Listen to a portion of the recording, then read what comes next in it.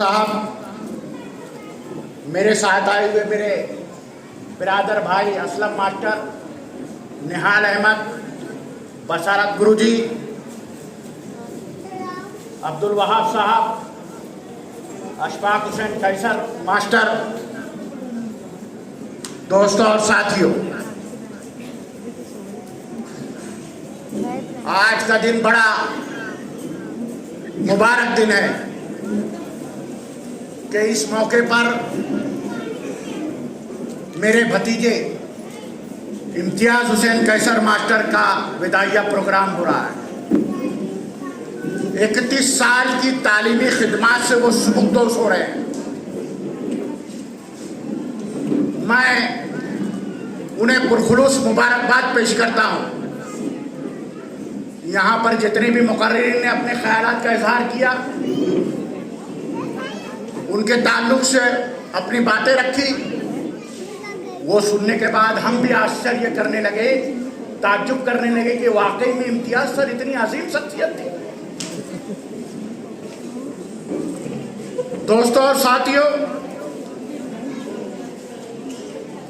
सटाना high school में इन्होंने दर्स तदरीस का काम अंजाम दिया। कुछ सालों से ये यहाँ प्रिंसिपल रहे और यहाँ पर जो लड़कियों ने जो प्रोग्रामात पेश किए, किरात से लेके नाच से लेके इस्तकबालिया गीत, और उसके बाद जो लड़कियों ने अपने फन का मुजाहिरा किया और उसमें जो एक लड़की ने जो तकरीर किया, वो वाकई में दिल के छूने वाले प्रोग्राम थे। और इतने अच्छे तरीके से, इतनी अच्छी तालीम और तरबियत शायद के मेरे इंग्लो उर्दू हाई स्कूल धुलिया में भी नहीं दी जाती, जितनी अच्छी तालीम और तरबियत सटाना के दाखिला इम्तियाज है। ये मैं आज कबूल करता हूँ। ये हमारे इंग्लो उर्दू हाई स्कूल के साबिक हेडमास्टर फारूक सर सामने बैठे हैं, उनके सामने कबूल करता हूँ कि तालीम और तरबियत ऐसी चाहिए, स्कूल का प्रिंसिपल ऐसा चाहिए कि जो अपने बच्चों में जो गुण है, जो फन है, उसको निखारने का काम करे और उसको निखार कर दुनिया के सामने लाए। इस तरह का काम हमारे इम्तियाज सर साहब ने अंजाम दिया। मैं उनकी खिदमत को सलाम करता हूँ। जनाबे वाला, हिंदुस्तान में अखंड हिंदुस्तान रहे, मुत्तहिदा हिंदुस्तान रहे, आखिर तक मौलाना अबुल कलाम आज़ाद इस बात के लिए लड़ते रहे कि हिंदुस्तान तकसीम नहीं होना चाहिए, पाकिस्तान हिंदुस्तान सब मिलकर रहना चाहिए, मुसलमानों की एक ताकत रहेगी, मुसलमानों का एक दबदबा रहेगा, मुसलमानों का एक रुआब रहेगा। लेकिन मौलाना अबुल कलाम आज़ाद की बात को कांग्रेस के रहनुमाओं ने ठुकरा दिया और 1947 में हिंदुस्तान और पाकिस्तान का बंटवारा हो गया। हिंदुस्तान और पाकिस्तान का बंटवारा जब हुआ तो मौलाना आज़ाद की कमर टूट गई और वो अफसोस करने लगे कि हाय, हिंदुस्तान का मुसलमान अब मायूसी का शिकार हो जाएगा, हिंदुस्तान का मुसलमान अब कमजोर हो जाएगा, हिंदुस्तान के मुसलमानों की माशी, तालीमी, इक़्तिसादी हालत अब एकदम नीचे गिर जाएगी। और वही 70 सालों के बाद आज हमारे सामने दिख रहा है कि मुसलमान तालीमी तौर पर, माशी तौर पर और इक़्तिसादी तौर पर इंतहाई कमज़ोर हो गए हैं। और सच्चर कमेटी की जो रिपोर्ट आई है, उसमें साफ तौर से इस बात का जिक्र किया गया है कि हिंदुस्तान में खुसूसन मुसलमान दलितों से भी बदतर जिंदगी गुजारने पर मजबूर है। अगर मौलाना आज़ाद की बात को मान लिया गया होता तो आज मुत्तहिदा हिंदुस्तान रहता, बांग्लादेश, पाकिस्तान सब एक रहते, तो आज पार्लियामेंट में 250 मुस्लिम मेंबर पार्लियामेंट रहते। सूबे पंजाब, सूबे सरहद, सूबे सिंध, कश्मीर, बांग्लादेश, आसाम, ये 5 सूबे मुसलमानों के हाथ में रहते। चाहे किसी भी पार्टी की हुकूमत आए, चाहे किसी भी पार्टी की सत्ता आए, यहाँ मुस्लिम मुख्यमंत्री रहता, मुस्लिम मंत्रिमंडल रहता। और जब सब एक रहते तो पार्लियामेंट में अगर मुसलमानों के ताल्लुक से कोई बिल पास किया जाता, पार्लियामेंट में मुसलमानों के ताल्लुक से अगर कोई अरे गरे न तू खैरे बात की जाती तो 250 मेंबर पार्लियामेंट खड़े होकर जब तनकीद करते तो हिंदुस्तान की पार्लियामेंट लड़क जाती। और 5 से 7 सूबे में मुसलमान मुख्यमंत्री रहता तो मुसलमानों की माशी, इक्तिसादी और तालीमी पसमानदा की जो आज हम देख रहे हैं वो नहीं होती मेरे दोस्तों और साथियों। मौलाना आजाद कमजोर हो गए थे, हिंदुस्तान के पहले वजीर तालीम बनाए गए तो उन्होंने ऐसा, उनकी वजह से आज मुसलमानों में जितने तालीमी अदारे चल रहे हैं, आज मुसलमान जो तालीमी तौर पर थोड़ा सी ऊपर उठे हैं, ये सब मौलाना अबुल कलाम आज़ाद की नुमाइंदगी का असर था। वो वजीर तालीम की हैसियत से उन्होंने मुसलमानों को तालीमी अदारे खोलने के लिए पूरी आज़ादी दी थी, जितने अरीज़े आए सब मंजूर करते थे, मुसलमान तालीमी मैदान में आगे बढ़े। उस मौलाना आज़ाद के मिशन को हमारे देखें कि मुसलमान तालीमी तौर पर पसमानदा है। आज हमारी जो गिनी चुनी मुसलमानों की स्कूलें हैं उसी में मुसलमान अपने बच्चों को नौकरियां दे रहे हैं, उसी में मुसलमान अपने बच्चों को तालीम दे रहे हैं, उसी में अपना सब कुछ कर रहे हैं। लेकिन मुसलमान बच्चे 11वीं या 12वीं के बाद यतीम हो जाते हैं। क्यों? मालेगांव छोड़ दिए, सदा अपना औरंगाबाद छोड़ दिए, बम्बई छोड़ दिए, पूना छोड़ दिए, तो मुसलमानों के हाथों में सीनियर कॉलेज नहीं है, मुसलमानों के हाथ में बड़े बड़े तालीमी अदारे नहीं है। मुसलमानों के हाथ में तालीमी अदारे ना होने की वजह से 12वीं के बाद हमारी तालिबात और हमारे बच्चे घरों पर बैठ जाते हैं। बड़ी मुश्किल से उसमें D.Ed B.Ed वगैरह कोई होता है तो वो फिर आगे निकलता है, नहीं तो बैठ जाते हैं। लेकिन अगर ये अदारे senior college, medical college, engineering college अगर हमारे हाथों में हो तो मुसलमानों को तालीम के मैदान में बढ़ने में बहुत ही ज़्यादा आसानी और सहूलियात फराम होगी। लेकिन नहीं है हमारे मेडिकल कॉलेज में, इंजीनियरिंग कॉलेज में दाखिला लेने के लिए हमको बिरादरान वतन के पास चक्कर लगाना पड़ता है। मुसलमानों के पास ऐसे अदारे नहीं हैं। दोस्तों और साथियों, इस बात को मद्देनज़र रखते हुए तालीम पर हमको तवज्जो देना है। हम 11वीं 12वीं तक हमारी लड़कियां जाती है, लेकिन उनको ऐसा निखारो, ऐसी तालीम और तरबियत दो, इखलाकियात की, आदब की, कि अगर वो अपने ससुराल में गए या तुलबा हो तो अगर वो तालीम मैदान में आगे बढ़ना चाहते हैं तो उनको कोई रोक ना सके।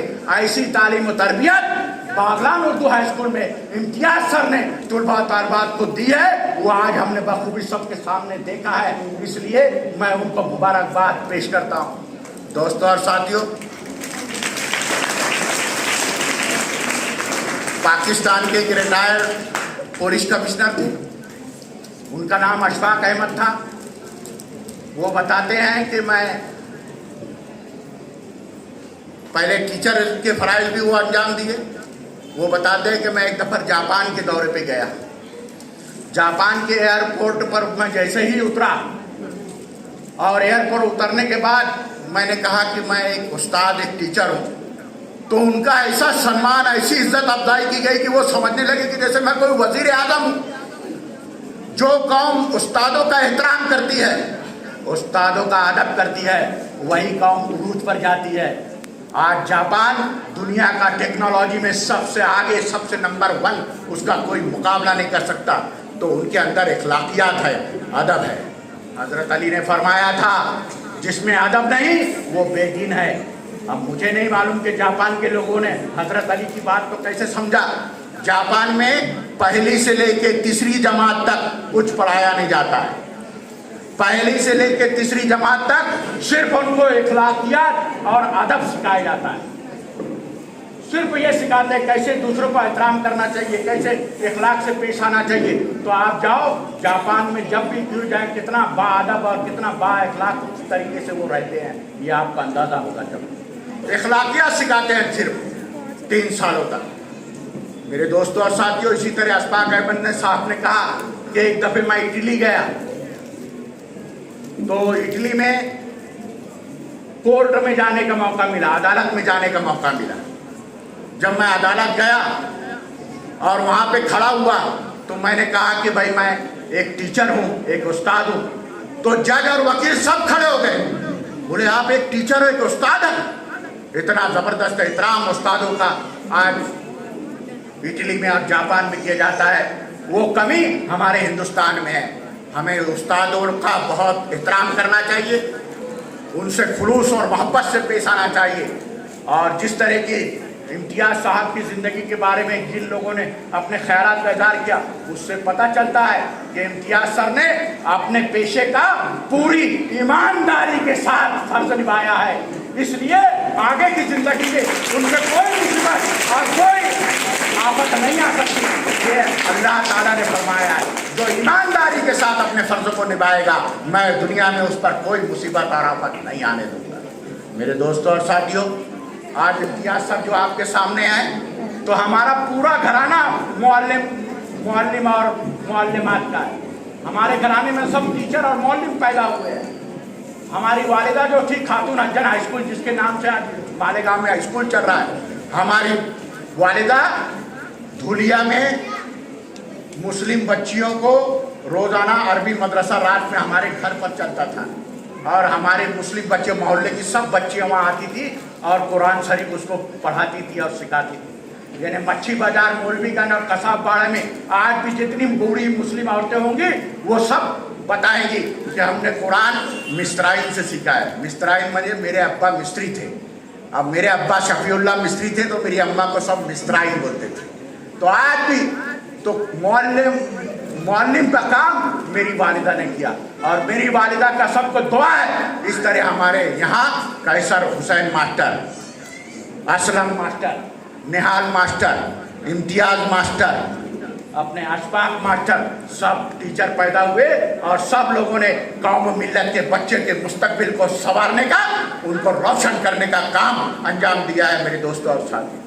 और ये मैं कहना चाहता हूँ कि मेरे मरहूम भाई कैसर हुसैन मास्टर की आज हमको बहुत याद आ रही है, कि जिन्होंने मालेगांव के मुस्लिम बच्चों को ऐसा संवारा है, ऐसा उन्होंने तालीम और तरबियत की है कि मालेगांव के लोग आज भी उनके नाम को जानते हैं। और मैं कहना चाहता हूँ कि जब कैसर हुसैन मास्टर ने ये कहा कि मैं रिटायर होने के बाद ऐसा चाहता हूँ कि अपनी वालिदा मोहतरमा के नाम से एक स्कूल जारी हो, उस वक्त मैं भारतीय जनता पार्टी में था। उस वक्त की अटल बिहारी वाजपेयी, गोपीनाथ मुंडे की भारतीय जनता पार्टी अलग थी, आज की अलग है।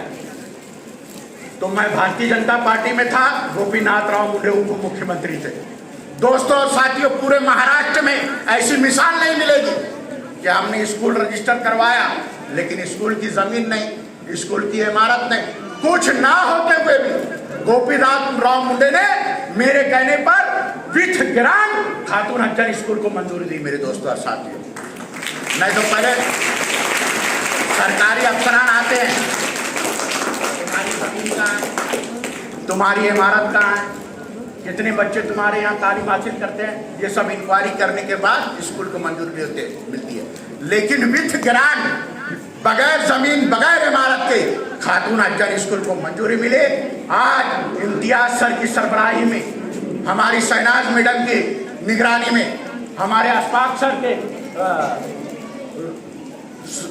अशफाक की निगरानी में, हमारे एजाज सर, हमारे जहीर भाई, जो सब मेरे भतीजे हैं, वो ऐसी रेख देख करते हैं उस स्कूल में कि आज खातून अंजन स्कूल में 1200 तालिबात तालीम हासिल करते हैं। तो उनको तालीम और तरबियत ऐसी दी जा रही है कि मालेगांव के और भी अदारों में इतनी निगरानी के साथ तालीम और तरबियत नहीं दी जा रही है। मेरे दोस्तों और साथियों, मेरे दोस्तों और साथियों, डॉक्टर जाकिर हुसैन साहब का नाम आप जानते होंगे। वह हिंदुस्तान के सदर जमहूरिया राष्ट्रपति थे। जब राष्ट्रपति थे, सदर जमहूरिया थे, वो बिहार गए दौरे पर। तो बिहार के चंद मुसलमान उनको मुलाकात के लिए और उनसे कहा कि हजरत हमारे कॉलेज में चलिए, हमारे स्कूल में चलिए, मुआयना कीजिए। डॉक्टर जाकिर हुसैन जब उनके तालीमी उसमें गए तो बोले, देखो सर कितनी शानदार कंक्रीट की इमारत है, देखो सर 1200 1000 से भी ज़्यादा तलबा और तालिबात पढ़ रहे हैं, सर देखो हमारी इमारत कितनी शानदार है। तो डॉक्टर जाकिर हुसैन ने कहा कि शानदार इमारत मत बताओ मुझे, उस इमारत के कंक्रीट के अंदर मेरी मिल्लत के गाँव बच्चों पर कितनी मेहनत की जा रही है, ये बताओ मेरे को। कंक्रीट की इमारत मैंने बहुत देखी, सैकड़ों देखी, लेकिन उस कंक्रीट की इमारत में कौम मिल्लत की बच्चियों पर, कौम मिल्लत की तालीम और तरबियत पर कितना तवज्जो दी जा रही है, ये मेरे को बताओ। तो सब खामोश। इसी तरह आज सटाना की बागलन उर्दू हाई स्कूल में और मालेगांव की खातून अज्जर स्कूल हाई स्कूल में इम्तियाज सर ने जो तालीमी खिदमत अंजाम दी है, उसका बकौल जाकिर हुसैन कि वो खातून अज्जर हाई स्कूल पतरे की है और यहाँ बागलन हाई स्कूल में तुलबा पढ़ रहे हैं, लेकिन कॉन्क्रीट काम कौम और मिल्लत के बच्चों पर किया जा रहा है, कौम और मिल्लत की तरबियत पर किया जा रहा है। इसके लिए मैं एक मरतबा फिर इम्तियाज सर को पुरखुलूस मुबारकबाद पेश करता हूँ। और अंजुमन फरोग तालीम के सदर जनाब हारून भाई साहब ने,